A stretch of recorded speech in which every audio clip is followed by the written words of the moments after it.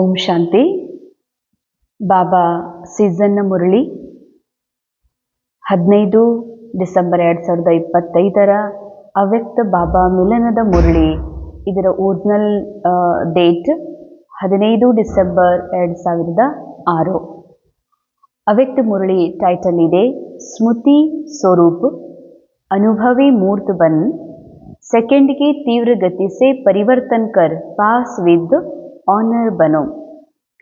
ಸ್ಮೃತಿ ಸ್ವರೂಪರಾಗಿ, ಸ್ಮೃತಿ ಸ್ವರೂಪರು ಅರ್ಥಾತ್ ಯಾವ ಸ್ಮೃತಿ ಬಾಬಾ ನಮಗೆ ಕೊಡಿಸಿದ್ದಾರೆ ಆ ಸ್ಮೃತಿಯ ಸ್ವರೂಪ ಆಗೋದು. ಅರ್ಥಾತ್ ನಮ್ಗಿಲ್ಲಿವರೆಗೆ ಹ್ಯೂಮನ್ ಕಾನ್ಷಿಯಸ್ನಲ್ಲಿ ಸಿಕ್ಕಾಕೊಂಡು ನಾವು ಅದನ್ನೇ ಸತ್ಯ ಅಂತ ಅಂದ್ಕೊಂಡಿದ್ವಿ. ಬಾಬಾ ನಮಗೆ ಸ್ಮೃತಿ ಕೊಡಿಸಿದ್ರು, ನೀ ಮನುಷ್ಯ ಅಲ್ಲ, ದೇಹವೂ ಅಲ್ಲ, ನೀನು ಇವೆಲ್ಲವುಗಳಿಂದಲೂ ಪರೆಯಾಗಿರುವಂತಹ ನಿರಾಕಾರ ಸತ್ಯ ಆತ್ಮ ಇದೆಯಾ ಅನ್ನುವಂಥ ಸ್ಮೃತಿಯನ್ನು ಕೊಡಿಸಿದ್ದಾರೆ. ಕೇವಲ ನಾ ಆತ್ಮ ಇದೀನಂತ ಅನ್ನೋದಷ್ಟೇ ಅಲ್ಲ, ಆ ಸತ್ಯ ಸ್ವರೂಪದಲ್ಲಿ ಸ್ಥಿತ ಆಗಬೇಕಾಗಿದೆ, ಅದರ ಅನುಭವಿ ಆಗಬೇಕು ಅಂತಾರೆ ಬಾಬಾ. ಕೇವಲ ನಾ ಆತ್ಮ ಇದ್ದೀನಿ, ನಾ ಶಾಂತ ಸ್ವರೂಪ ಆತ್ಮ ಇದ್ದೀನಿ, ಫರಿಸ್ತಾ ಇದ್ದೀನಿ, ಇದರ ಅನುಭವಿ ಅಲ್ಲ.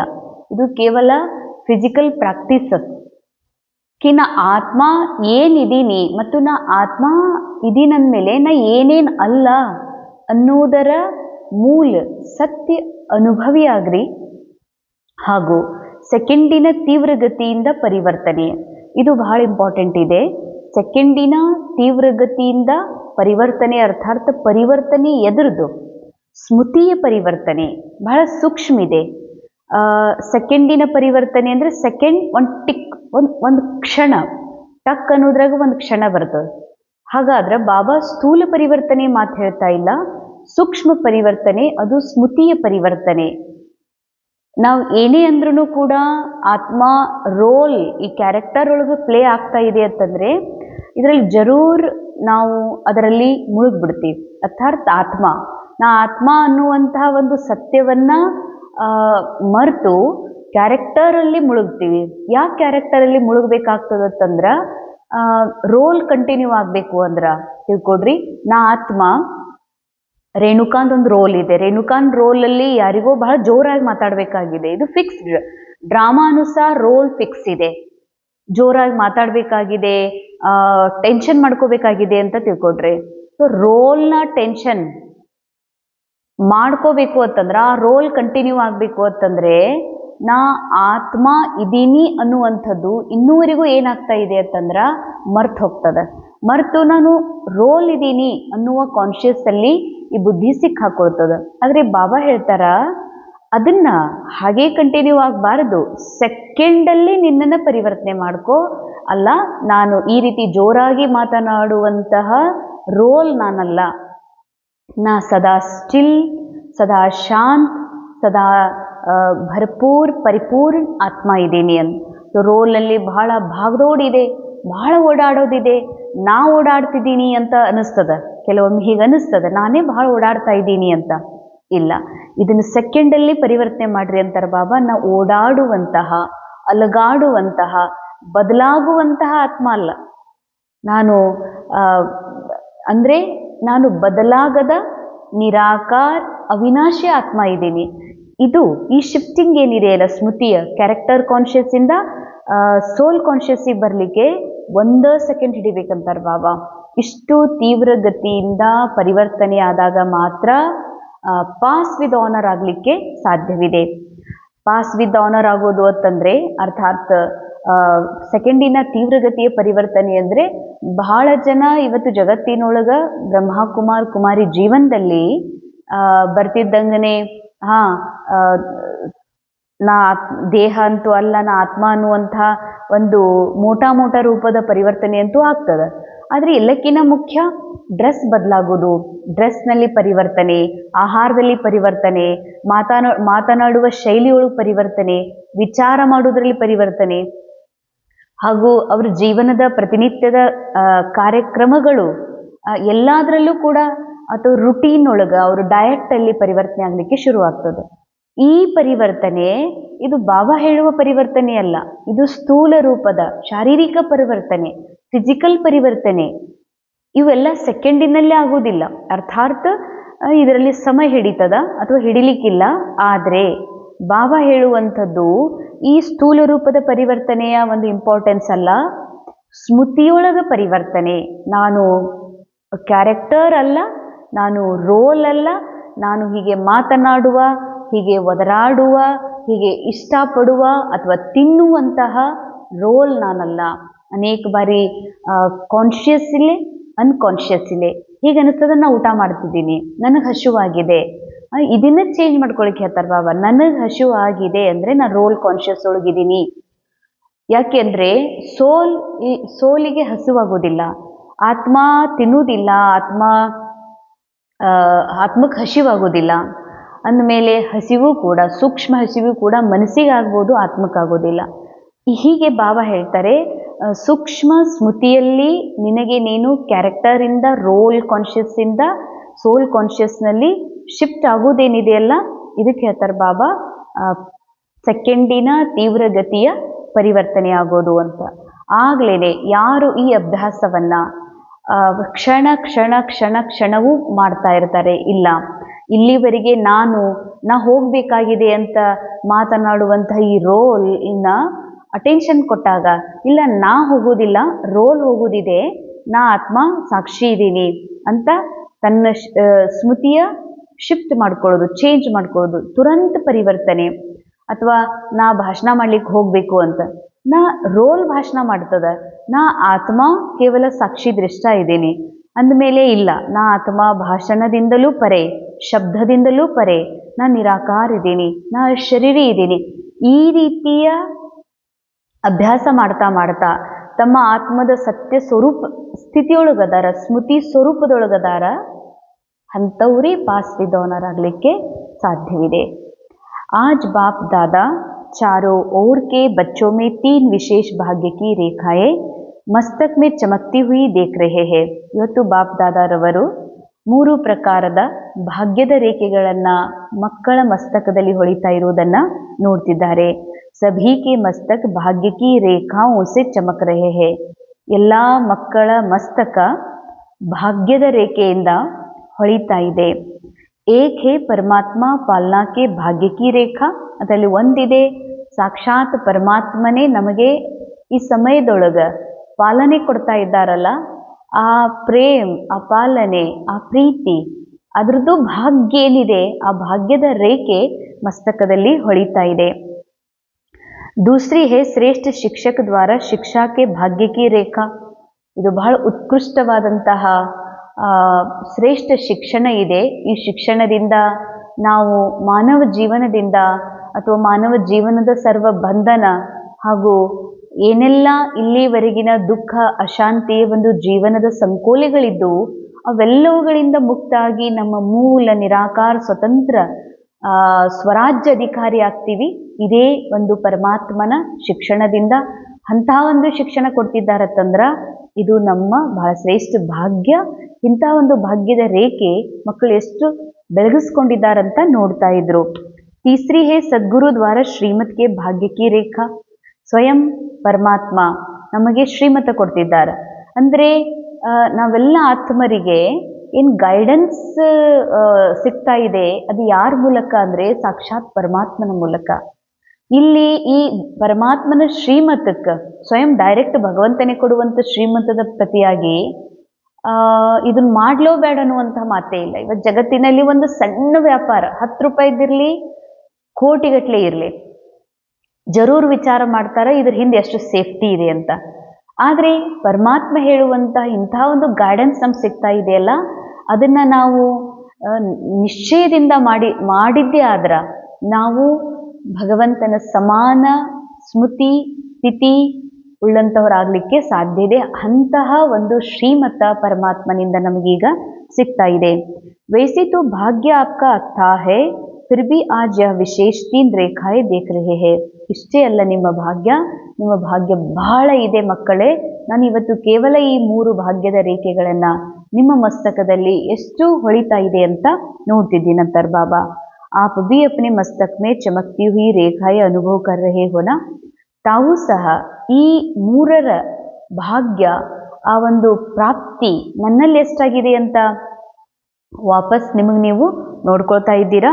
ಸಬ್ಸೆ ಶ್ರೇಷ್ಠ ಹೇ ಪರಮಾತ್ಮ ಪ್ಯಾರ್ ಕೆ ಪಾಲನಾ ಕಿ ರೇಖಾ.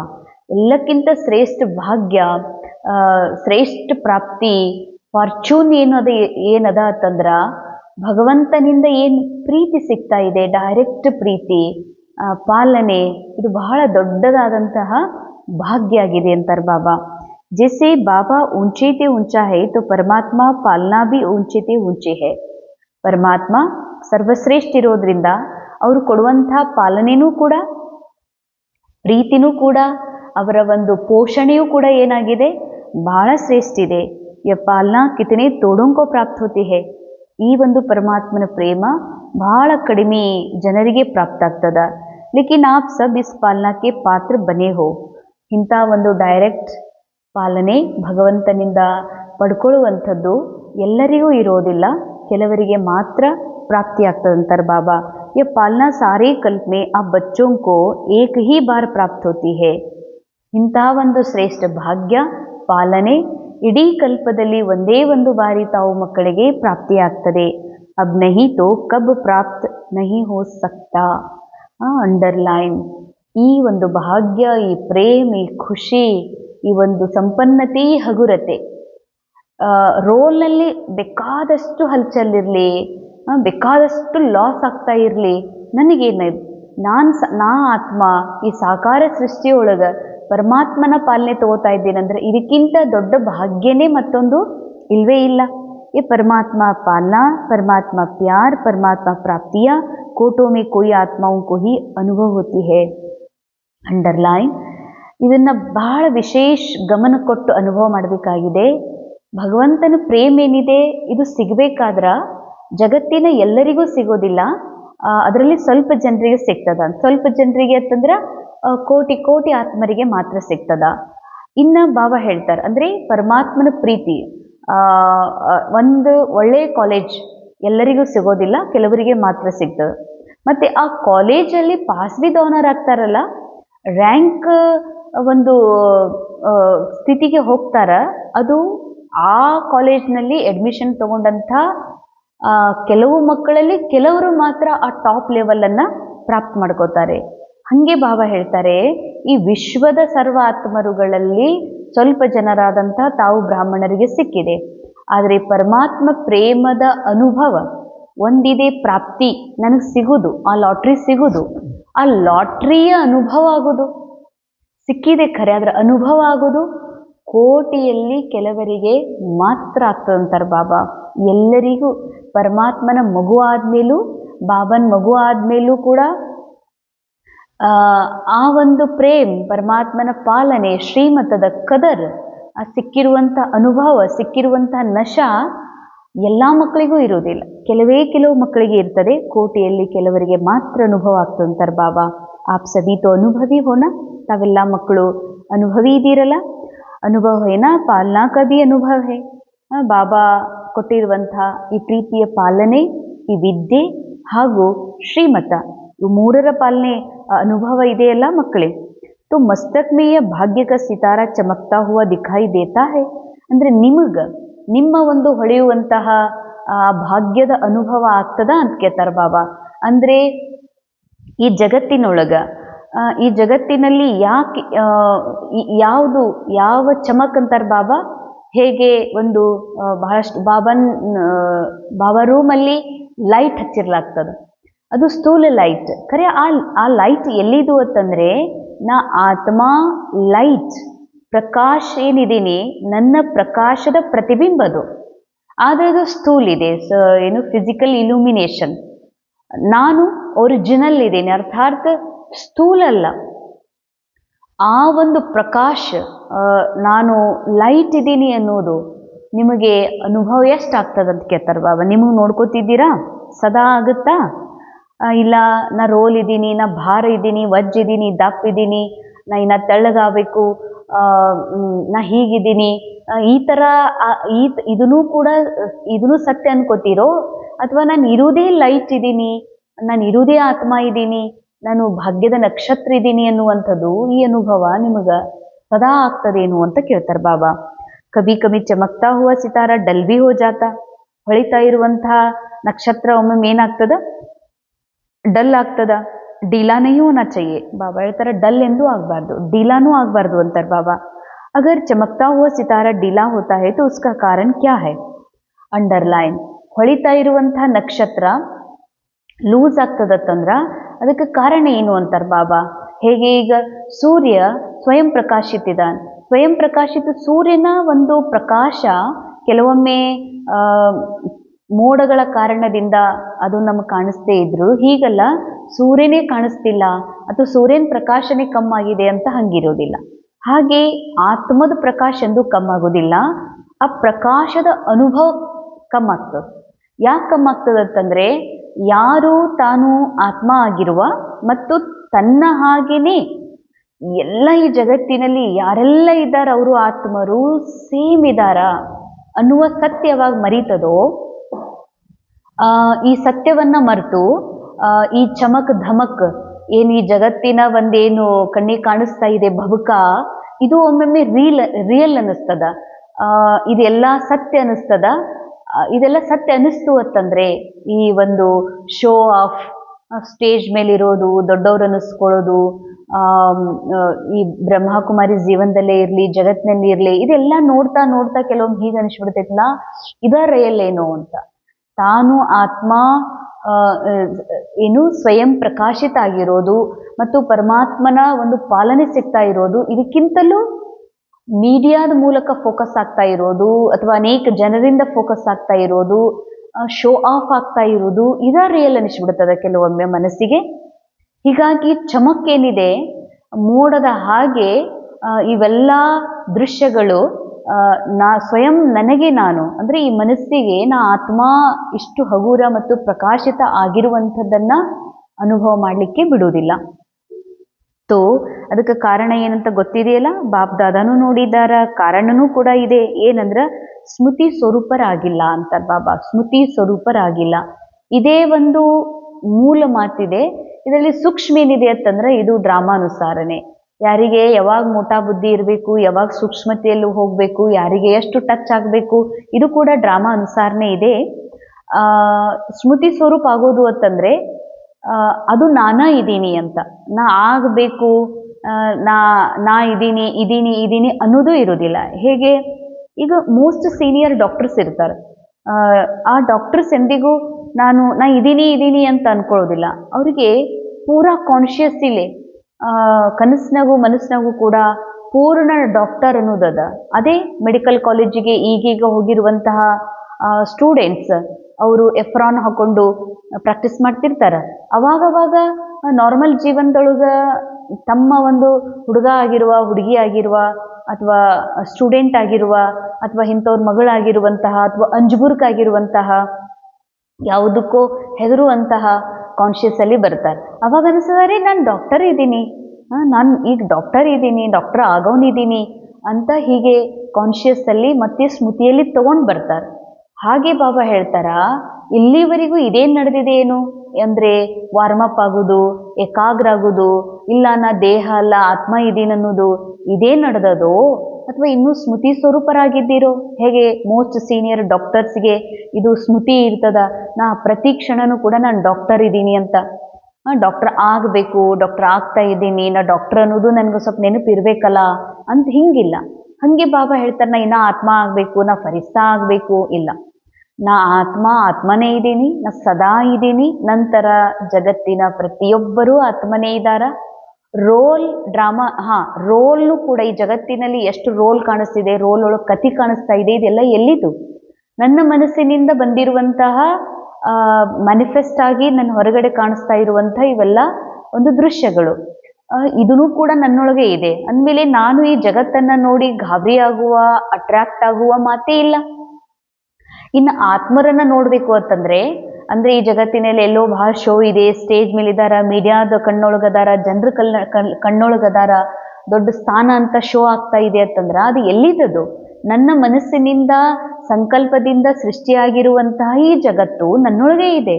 ನನ್ನೊಳಗೆ ನನ್ನಿಂದ ನಿರ್ಮಾಣ ಆಗಿರುವಂತಹ ಈ ಜಗತ್ತು ನೋಡಿ ಏನಪ್ಪ ಇವ್ರ ಜೀವನ ಎಷ್ಟು ಶ್ರೇಷ್ಠ, ಇವರು ಎಷ್ಟು ಮಹಾನ್ ಅನ್ನುವಂಥ ಮಾತೇ ಇಲ್ಲ.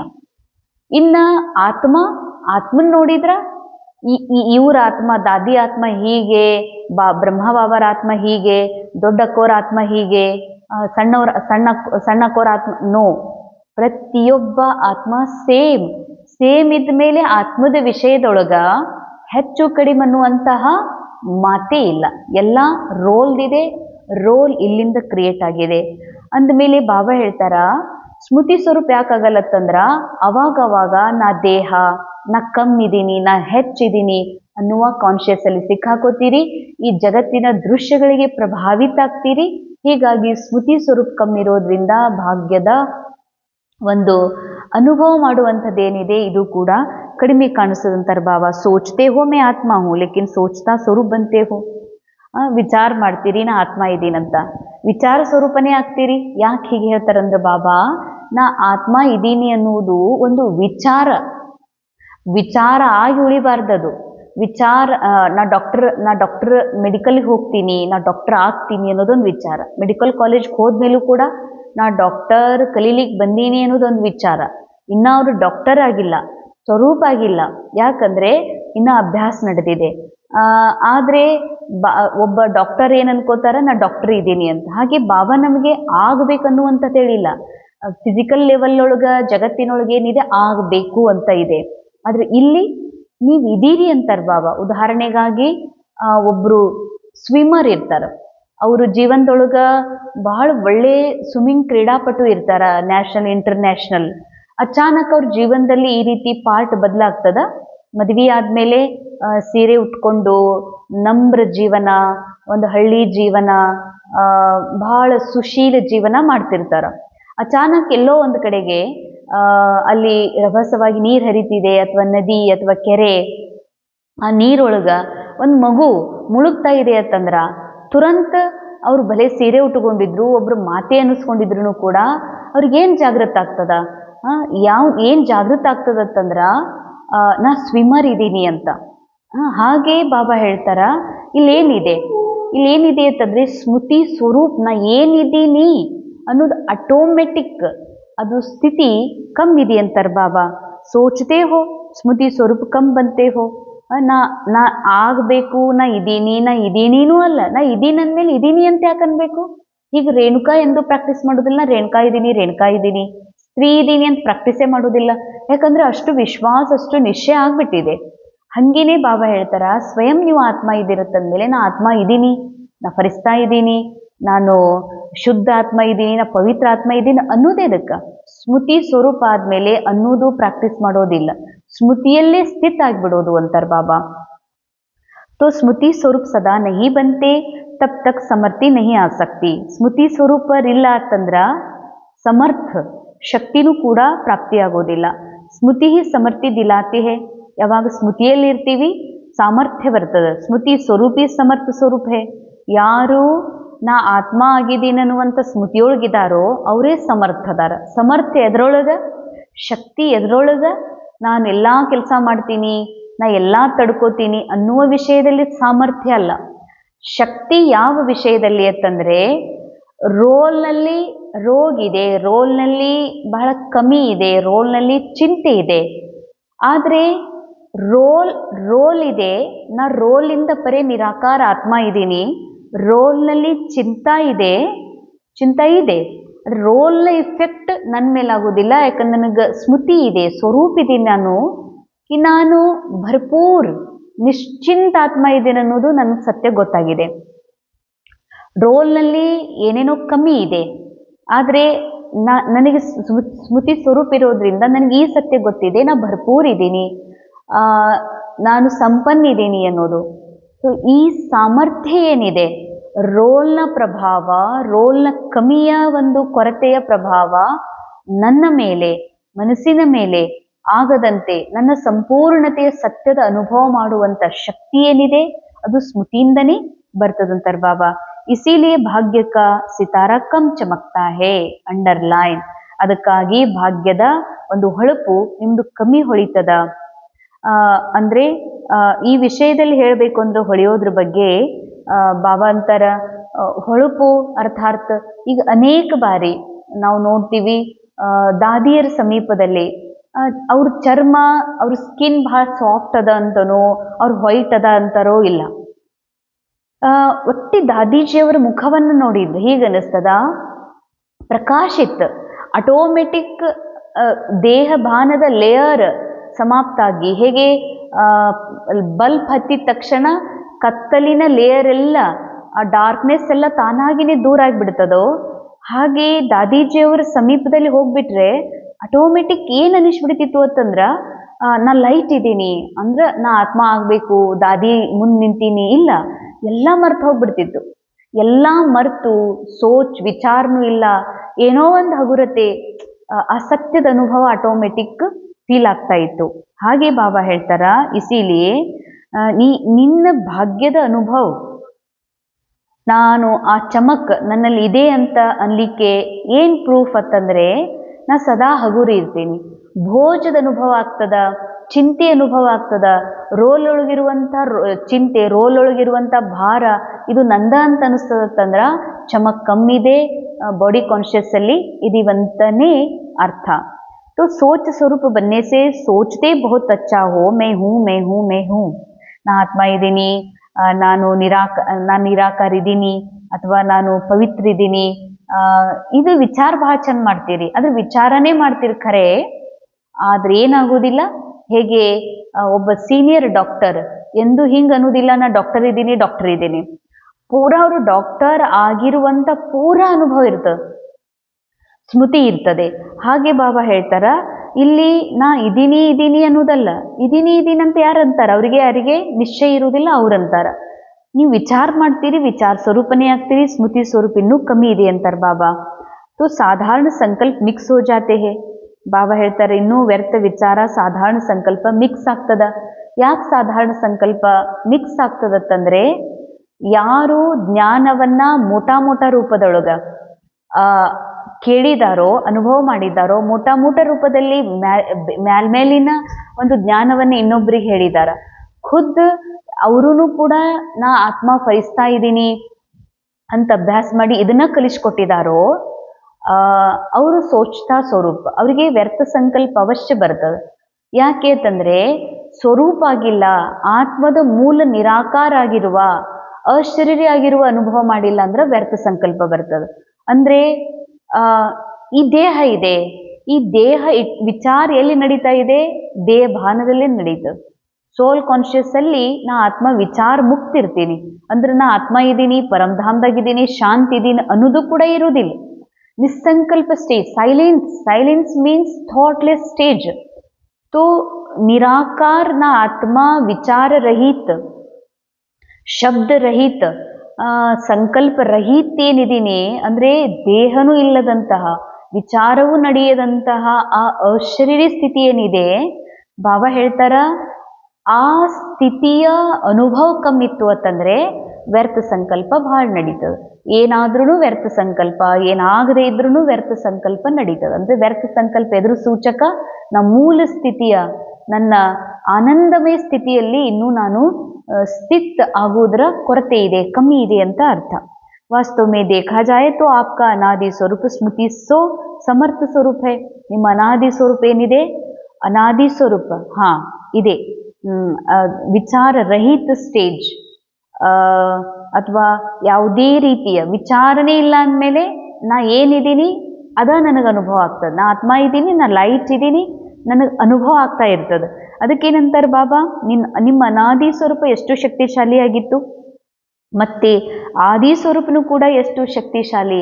ಅಂದ್ರೆ ಪ್ರಕೃತಿಯ ಪ್ರಭಾವ, ರೋಲ್ನ ಪ್ರಭಾವ ಮನಸ್ಸಿನ ಮೇಲೆ ಆಗ್ತಾ ಇರಲಿಲ್ಲ.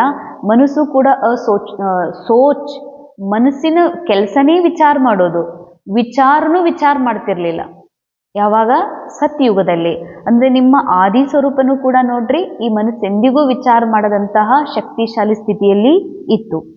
तो अब अंत में संगम समय पर भी स्मृति स्वरूप बनते हो. ಈ ಅಂತಿಮದಲ್ಲಿ ಸಂಗಮದಲ್ಲೂ ಕೂಡ ನಾವು ಸ್ಮೃತಿ ಸ್ವರೂಪರು ಆಗ್ತೀವಿ. ಅಂದಮೇಲೆ ಆದಿ अनादि अंत तीनों कालों में स्मृति स्वरूप होना, सोचना स्वरूप नहीं. इसीलिए बाप दादा ने पहले भी कहा कि वर्तमान समय अनुभवी मूर्त बनना स्टेज ಶ್ರೇಷ್ಠ ಸ್ಟೇಜ್ ಹೈ. ಈ ವರ್ತಮಾನ ಸಮಯದಲ್ಲಿ ಅನುಭವಿ ಮೂರ್ತ ಆಗುವಂತಹ ಶ್ರೇಷ್ಠ ಸಮಯ ಇದೆ. ಅಂದಮೇಲೆ ನೀವು ಅನುಭವಿ ಮೂರ್ತರೂ ಆಗ್ರಿ. ಸೋಚ್ತೆ ಹೋ ಆತ್ಮ ಹೋ ಪರಮಧಾಮ್ ಪ್ರಾಪ್ತಿ ಹೇ, ಪರಮಾತ್ಮ ಪ್ರಾಪ್ತಿ ಹೇ, ನನ್ಗೆ ಭಗವಂತ ಸಿಕ್ಕಾರ, ಭಗವಂತ ನನಗೆ ಬಹಳಷ್ಟು ಪ್ರಾಪ್ತಿಯಾಗಿದೆ ಅಂತ ಅನ್ಕೋತೀರಿ. ಆದ್ರೆ ಆ ನಶೆಯೊಳಗಿರುವುದಿಲ್ಲ ಅಂತಾರೆ ಬಾಬಾ. ಅನುಭವ ಕರ್ನಾ ಇಸ್ಮೆ ಬಹುತ್ ಅಂತಾರೆ. ಅಂದ್ರೆ ನನಗಿಂತ ಸಿಕ್ಕದಂತ ಅನ್ಕೊಳ್ಳೋದ್ರೊಳಗೂ ಅದ್ರ ಖುದ್ ಅನುಭವ ಮಾಡೋದ್ರೊಳಗೂ ಬಹಳ ಅಂತರ ಇದೆ ಅಂತಾರ.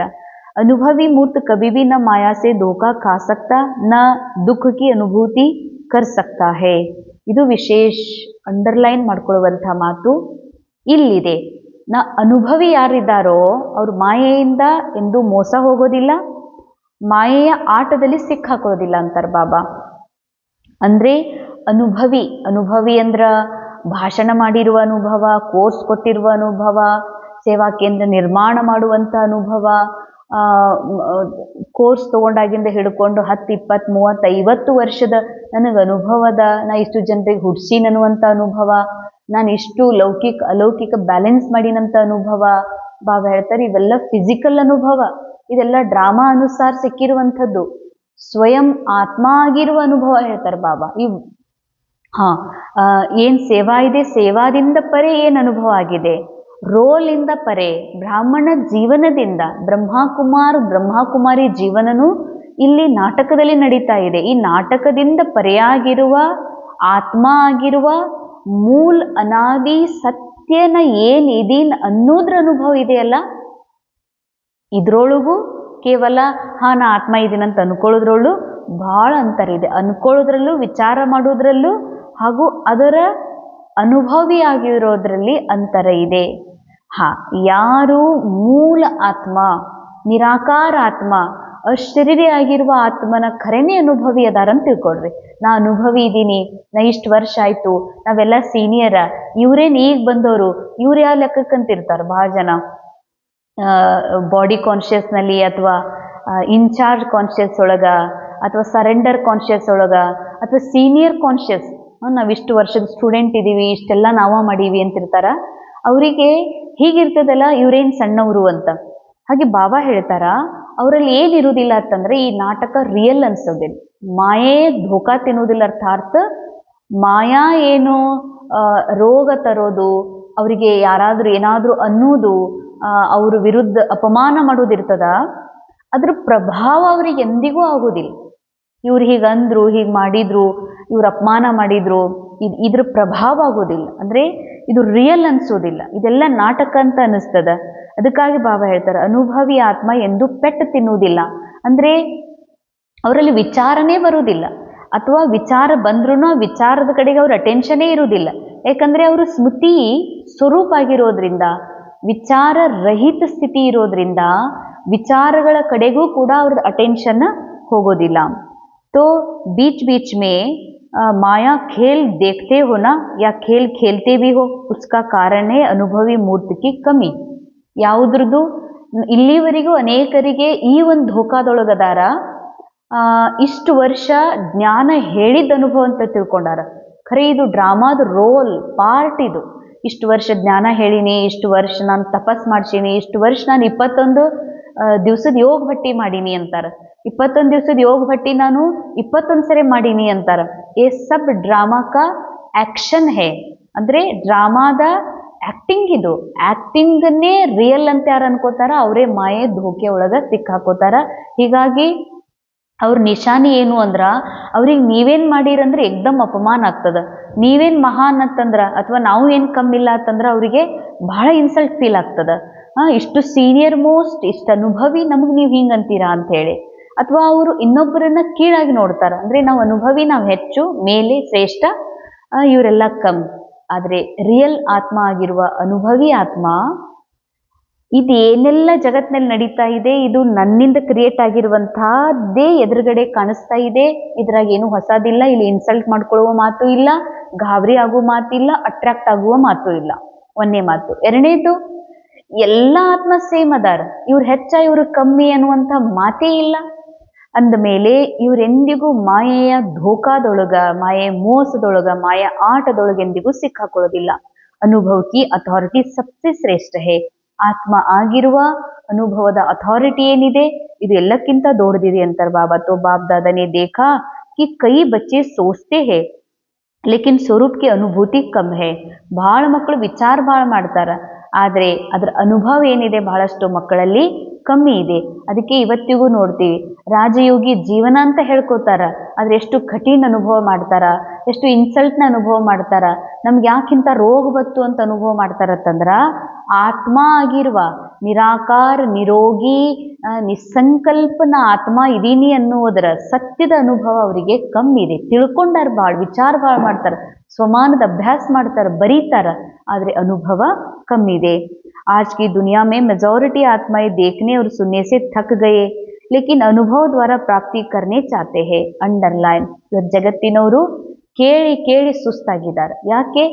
ಜಗತ್ತಿನಲ್ಲಿ ಭಾಷಣ ಮಾಡೋರ ಸಂಖ್ಯೆ ಬಹಳ ಅದ, ಅನುಭವಿ ಮೂರ್ತಾಗಿರೋರ ಸಂಖ್ಯೆ ಬಹಳ ಕಡಿಮೆ ಇದೆ. ಅಂದ್ರೆ ಏನರ್ಥ? ಜಗತ್ತಿನಲ್ಲಿ ನಾವು ನೋಡ್ತೀವಿ ಟಿವಿ ಚಾನೆಲ್ಗಳಲ್ಲಿ ಮೀಡಿಯಾದಲ್ಲಿ ಕೋಟ್ಯಾಂತರ ಸ್ಪಿರಿಚುವಲ್ ಸ್ಪೀಕರ್ಸ್ ಅದಾರ.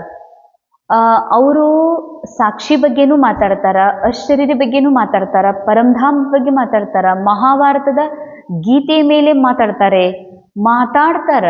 ಆದರೆ ಶರೀರದಿಂದ ಡ್ರಾಮಾದಿಂದ ಡಿಟ್ಯಾಚ್ ಆಗಿ ಮೂಲ ನಿರಾಕಾರ ಆತ್ಮದಲ್ಲಿ ಸ್ಥಿತಾಗಿರುವ ಅನುಭವ ಕೇವಲ ಪರಮಾತ್ಮನ ಸಂಗಮಯುಗದ ಭಗವಂತನ ಮಕ್ಕಳು ಮಾತ್ರ ಮಾಡ್ಲಿಕ್ಕೆ ಸಾಧ್ಯ ಇದೆ. ಯಾರು ಸಂಗಮಯುಗದಲ್ಲಿ ಅನುಭವನ ಮಾಡಿದ್ದಾರೆ, ನಿರಾಕಾರ ಆಗಿರುವ ಅಶರೀರಿ ಆಗಿರುವ, ಅವರೇ ಇನ್ನೊಬ್ಬರಿಗೆ ಅಶರೀರಿ ಆಗುವ ಗೈಡೆನ್ಸ್ ಮಾಡ್ಲಿಕ್ಕೆ ಸಾಧ್ಯ ಇದೆ. ಯಾರು ಡ್ರಾಮಾದಿಂದ ಪರೇ ನಿರಾಕಾರ ಸ್ಥಿತಿಯ ಮೂಲ ಸ್ಥಿತಿ ಅನುಭವ ಮಾಡಿದಾರೋ ಅವರೇ ಇನ್ನೊಬ್ಬರಿಗೆ ಅನುಭವಿ ಮಾಡಿಸ್ಲಿಕ್ಕೆ, ಮೂಲ ಸ್ಥಿತಿಯ ಅನುಭವ ಮಾಡಿಸ್ಲಿಕ್ಕೆ ಸಾಧ್ಯ ಇದೆ. ಅಂದಮೇಲೆ ಬಾಬಾ ಹೇಳ್ತಾರ, ಪ್ರತಿ ಸಂಕಲ್ಪದಲ್ಲೂ ಪ್ರತಿ ಕರ್ಮದಲ್ಲೂ ಕೂಡ ಅನುಭವಿ ಮೂರ್ತ. ಅಂದ್ರೆ ಏನರ್ಥ? ಯಾವಾಗ ನಾವು ಆತ್ಮ ನಮ್ಮ ಒಂದು ಮೂಲ ಸ್ಥಿತಿಯೊಳಗ ಸ್ಥಿತ್ ಆಗ್ತೀವಿ, ಸ್ಥಿತ್ ಆದ್ಮೇಲೆ ಈ ರೋಲ್ ಕೂಡ ಅಪ್ನೆ ಆ ಪರ್ಫೆಕ್ಟ್, ಅಂದ್ರೆ ಆತ್ಮದ ಸ್ಮೃತಿ ಸ್ವರೂಪ ಸಂಪೂರ್ಣ ರೋಲ್ ಕಾನ್ಶಿಯಸ್ನಲ್ಲಿ ಇದ್ದಾಗ, ಸೋಲ್ ಕಾನ್ಶಿಯಸ್ನಲ್ಲಿ ಇದ್ದಾಗ ಈ ರೋಲ್ನಲ್ಲಿರುವ ಪ್ರತಿ ಸಂಕಲ್ಪ, ಪ್ರತಿ ಮಾತು, ಪ್ರತಿ ಕರ್ಮನೂ ಕೂಡ ಶ್ರೇಷ್ಠನೇ ಆಗ್ಲಿಕ್ಕೆ ಶುರುವಾಗ್ತದೆ. ಅಥವಾ ಆ ರೀತಿ ಏನಾದ್ರೂ ರೋಲ್ನಲ್ಲಿ ಸ್ವಲ್ಪ ಗಡಬಡಿ ಇದ್ರೂ ಕೂಡ ರೋಲ್ನ ಪ್ರಭಾವ ನನ್ನ ಸ್ವಯಂನ ಸ್ಥಿತಿಯ ಮೇಲೆ ಇಫೆಕ್ಟ್ ಆಗಲಿಕ್ಕೆ ಸಾಧ್ಯನೇ ಇಲ್ಲ. तो अथॉरिटी से है या सिर्फ समझने के आधार पर है?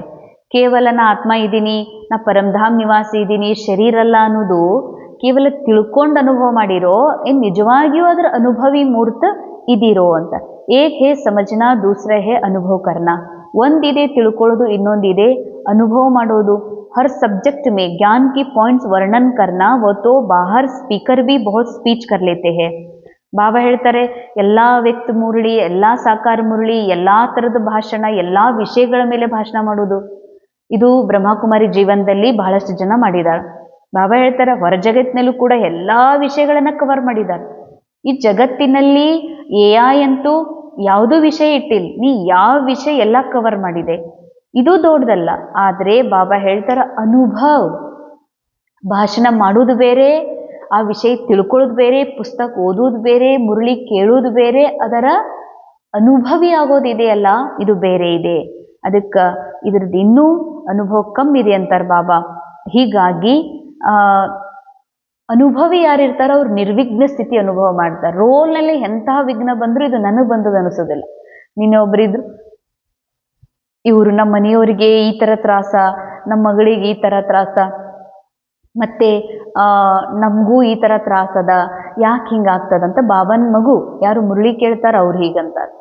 ಯಾಕೆ ಹಿಂಗಂತಾರತ್ತಂದ್ರೆ ಬಾಬಾ ಹೇಳ್ತಾರ, ವಿಘ್ನದ ಅನುಭವ ಮಾಡ್ತಾರೆ. ರೋಲ್ನಲ್ಲಿ ಎಷ್ಟೇ 1000 ಪಟ್ಟು ವಿಘ್ನ ಇರಲಿ, ರೋಲ್ನಲ್ಲಿ ಅದ. ಯಾಕಂದ್ರೆ ಇನ್ನು ರೋಲ್ ಕಾನ್ಶಿಯಸ್ನಲ್ಲಿ ಇರೋರಿಗೆ ರೋಲ್ನಲ್ಲಿರುವಂಥ ವಿಘ್ನ ನನ್ನ ವಿಘ್ನ ಅನ್ನಿಸ್ತಾವ. ನನಗೆ ವಿಘ್ನ ಬಂದವು, ಸಮಸ್ಯೆ ಬಂದವು, ತ್ರಾಸ ಆಗ್ಯಾವ, ನನಗೆ ಆರಾಮ್ ತಪ್ಪ್ಯದ. ಇದು ಏನ್ ಶೋ ಮಾಡ್ತದತ್ತಂದ್ರ ಅವ್ರೆಷ್ಟು ರೋಲ್ ಕಾನ್ಶಿಯಸ್ ಒಳಗೆ ಅದಾರ ಅನ್ನೋದು ಸಿದ್ಧ ಮಾಡ್ತದ. ಆದ್ರೆ ಬಾಬಾ ಏನಂತಾರ, ಯಾರು ಅನುಭವಿ ಅದಾರ ಅವರು ನಿರ್ವಿಘ್ನ ಸ್ಥಿತಿಯ ಅನುಭವವನ್ನ ಮಾಡ್ತಾರೆ. ಅಗರ್ ಏಕ್ भी शक्ति की कमी है, वर्णन है लेकिन स्वरूप नहीं है, तो भी समय पर धोखा खा सकते. ಎಲ್ಲಾ ಶಕ್ತಿಗಳ ಅನುಭವ, ಎಲ್ಲಾ ಗುಣಗಳ ಅನುಭವ ಅಂದ್ರೆ ಅಷ್ಟಶಕ್ತಿಗಳ ಬಗ್ಗೆ ನಾ ಭಾಷಣ ಮಾಡ್ತೀನಿ, ಅವುಗಳ ಬಗ್ಗೆ ವಿವರಣೆ ಕೊಡ್ತೀನಿ. ಆದ್ರೆ ಅದ್ರ ಅನುಭವಿ ಇಲ್ಲ ಅಂತಂದ್ರೆ ಸಮಯ ಅನುಸಾರ ಒಂದ ಶಕ್ತಿಯ ಕೊರತೆ ಇದ್ರೂ ಕೂಡ ಅನುಭವದ ಕೊರತೆ ಇದ್ದರೆ ಸಮಯಾನುಸಾರ ನೀವು ಪೆಟ್ಟು ತಿಂತೀರಿ.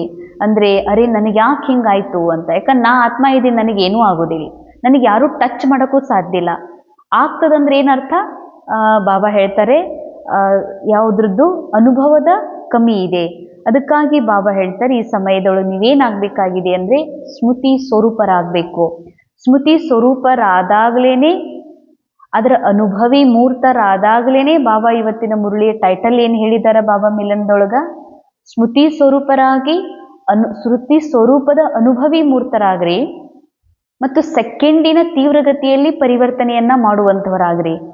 ಸೆಕೆಂಡಿನ ತೀವ್ರಗತಿ ಅಂದರೆ ನಾ ರೋಲ್ ಅಲ್ಲ, ನಾನು ಈ ಒಂದು ಶರೀರ ಅಲ್ಲ, ನಾ ಈ ಒಂದು ಚಿಂತೆ ಮಾಡುವ ಕಮ್ಮಿ ಅನುಭವ ಮಾಡುವಂತಹ ಅಲ್ಲ, ನಾ ನಿರಾಕಾರ ಆತ್ಮ, ಸಂಪೂರ್ಣ ಆತ್ಮ ಇದೇನನ್ನುವಂಥದ್ದು ಸೆಕೆಂಡಲ್ಲಿ ಚೇಂಜ್ ಆಗಬೇಕು, ಸೆಕೆಂಡಿನಲ್ಲಿ ಶಿಫ್ಟ್ ಆಗಬೇಕು.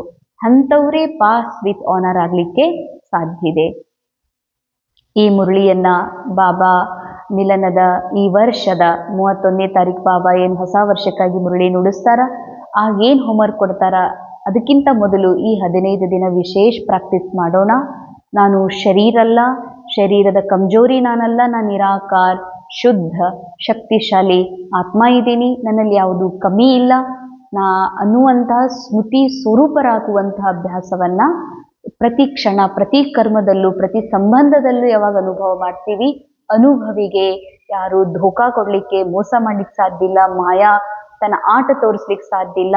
ಅಂಥವರೇ ಪಾಸ್ ವಿತ್ ಆನರ್ ಆಗ್ಲಿಕ್ಕೆ ಸಾಧ್ಯ ಇದೆ. ಓಂ ಶಾಂತಿ.